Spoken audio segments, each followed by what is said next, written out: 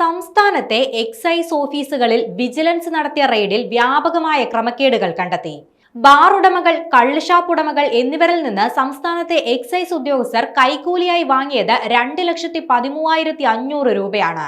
Google പേ വഴിയാണ് പണം മുഴുവനും കൈപ്പറ്റിയിരിക്കുന്നത്. കൂടാതെ വിവിധ ഓഫീസുകളിൽ നിന്നായി 28,164 രൂപയും ബാറുകളിൽ നിന്ന് കൈപ്പറ്റിയ 25 കുപ്പി മദ്യവും പിടിച്ചെടുത്തിട്ടുണ്ട്. ഓപ്പറേഷൻ സേവ് സിപ്പ് എന്ന പേരിൽ വിജിലൻസ് നടത്തിയ പരിശോധനയിലാണ് ഞെട്ടിക്കുന്ന കണ്ടെത്തൽ. പത്തനാപുരം എക്സൈസ് സർക്കിൾ ഓഫീസിലെ ഒരു ഉദ്യോഗസ്ഥൻ ബാർ ഉടമയുടെ പക്കൽ നിന്നും 42,000 രൂപ ഗൂഗിൾ പേ വഴി കൈപ്പറ്റിയതായും പാലാ എക്സൈസ് സർക്കിൾ ഓഫീസിലെ ഉദ്യോഗസ്ഥർ 11,500 രൂപ കൈപ്പറ്റിയതായും കണ്ടെത്തി.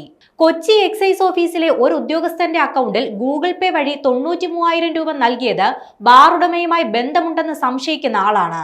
വൈക്കം എക്സൈസ് സർക്കിൾ ഓഫീസിലെ ശുചിമുറിയിൽ നിന്ന് സ്വകാര്യ ബാർ ഹോട്ടലിന്റെ പേരിലുള്ള കവറിൽ നിന്നാണ് 13,000 രൂപ ഒളിപ്പിച്ച നിലയിൽ കണ്ടെത്തിയത്.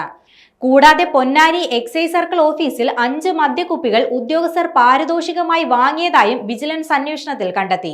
പെരിന്തൽമണ്ണ എക്സൈസ് സർക്കിൾ ഓഫീസിലെ ഉദ്യോഗസ്ഥർ ഷാപ്പ് ഉടമയിൽ നിന്ന് 24,000 രൂപയും മഞ്ചേരി സർക്കിൾ ഓഫീസിൽ ബാർ ഉടമയിൽ നിന്ന് 34,000 രൂപയും ഗൂഗിൾ പേ വഴി വാങ്ങിയതായി കണ്ടെത്തിയിട്ടുണ്ട്.